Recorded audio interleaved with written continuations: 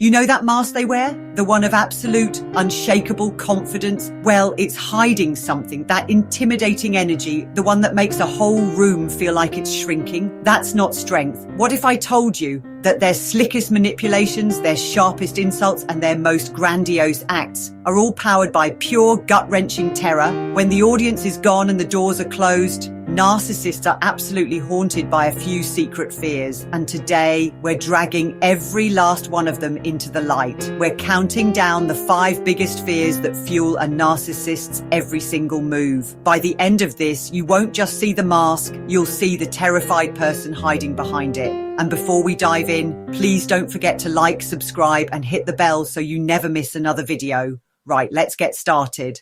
Kicking off our list is the soul-crushing fear of failure. For a narcissist, failing isn't just a simple setback. It's hard proof of the one thought they can't bear, that they aren't perfect. Their entire world, their very sense of self, is built on the fantasy that they are superior and totally flawless.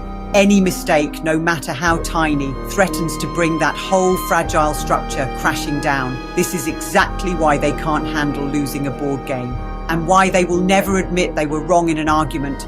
When they mess up, they don't learn from it. Instead, they'll insist the mistake was completely unforeseeable, or more likely that it was someone else's fault. Their ego just can't compute the idea of being inadequate. So they'll lash out, deny everything, or shift the blame to protect themselves from that awful reality. Once you get this, you see that their perfectionism isn't about having high standards. It's a desperate defense mechanism. Coming in at number 4 is the raw fear of criticism. To a narcissist, even the most helpful, constructive feedback feels like a full-blown personal attack.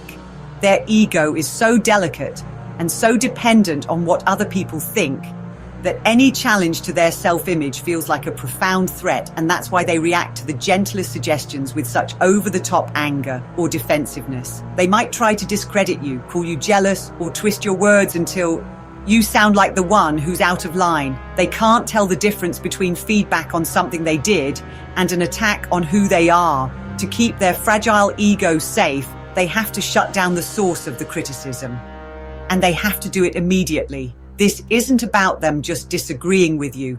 It's about them surviving what feels like an assault on their very identity.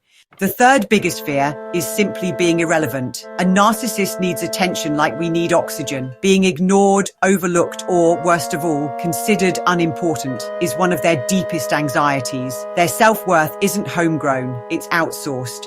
They only feel like they exist when they're the center of attention, soaking up admiration from everyone around them.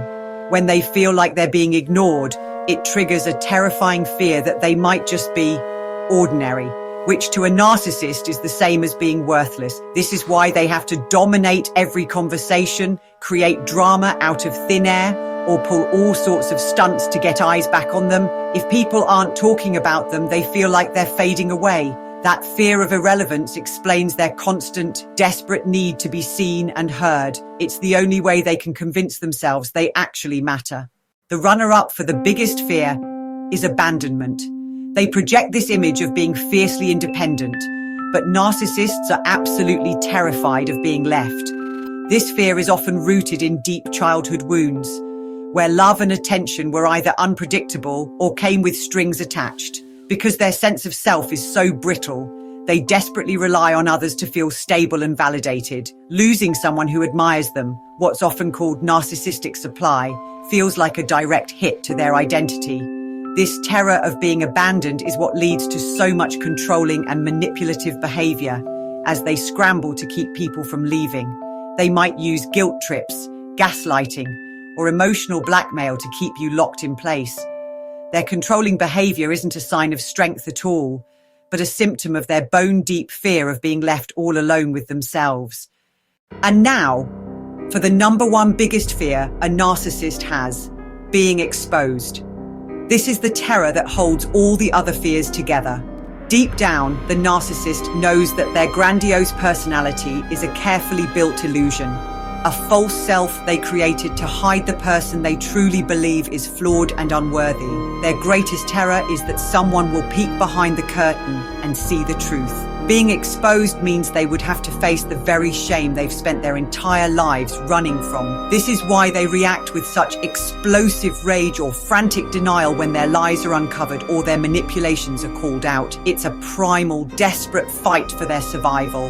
That illusion is all they believe they have, and the idea of it being shattered is a fate worse than anything. They aren't just afraid of you knowing a secret, they're afraid of you truly seeing them. So there you have it. Failure, criticism, irrelevance, abandonment, and the ultimate fear of being exposed. These fears are the engine that drives a narcissist's behaviour. Now, understanding this isn't about excusing their actions. It's about arming yourself with knowledge. When you can see the fear behind the mask, their power starts to fade. Their rage is no longer about your worth.